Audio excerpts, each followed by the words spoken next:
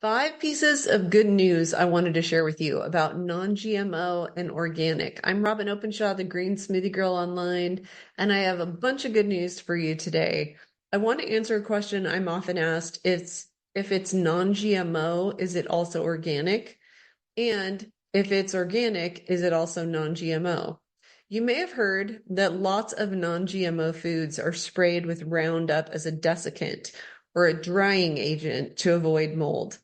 The crops that have a non-GMO label but may be grown without Roundup as a weed killer, but then sprayed with Roundup as a desiccant are wheat, oats, lentils, potatoes, beans, peas, beets, sugar beets, and corn.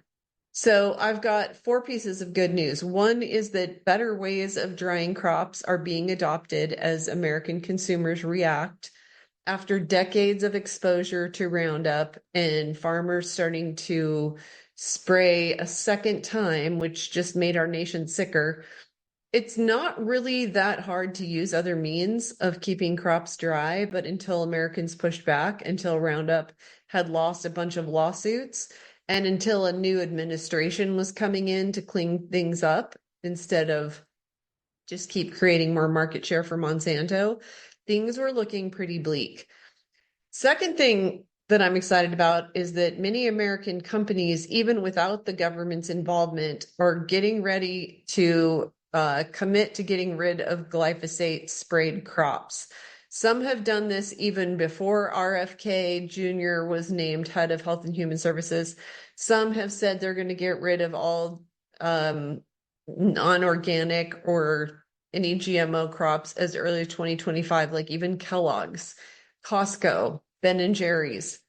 Third, instead of a former Monsanto chief being in charge of our Health and Human Services, new sheriff in town starting January 2024 over Health and Human Services is RFK Jr., who I think we can be confident understands these issues and will improve growing practices and labeling laws for the first time in years. And I would imagine many companies are already meeting to start planning to get toxic food additives out of their American products that have ingredients that are already illegal in many other countries, especially Europe, where they've historically been more protective of their food supply. Because RFK Jr. has a 30-day, 60-day, and 90-day plan, and hundreds of toxic chemicals in food are literally in his day one gun sights.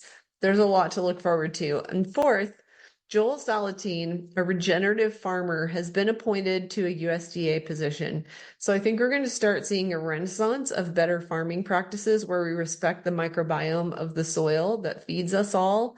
Honestly, farmers don't know how anymore, and they will need some incentives to do so, and they need to be taught how to do so. The best way to avoid glyphosate, besides growing some of your own food yourself, which we do and which we highly recommend, is to look for the certified USDA organic label. While even these foods sometimes are contaminated by cross currents in the air from a glyphosate spraying farm nearby, the organic label means much more than the non-GMO label if you're looking to avoid the carcinogen and neurotoxin Roundup or glyphosate. If it's certified organic, no Roundup was used in its growing or as a desiccant afterward. And if it's organic, it's also not genetically modified. Remember, there's a new organic certificate that means only 70% of the ingredients have to be organic. It looks like this. But the official USDA organic label still requires 95% or more of the product to be grown according to the organic standards. So the USDA organic label is still the best evidence you've got that the product is much safer to buy and consume than all the others. And a fifth piece of good news is that actually currently we have about 100 times more organic options than we did 20 years ago. Thanks for listening, and I'll see you next time.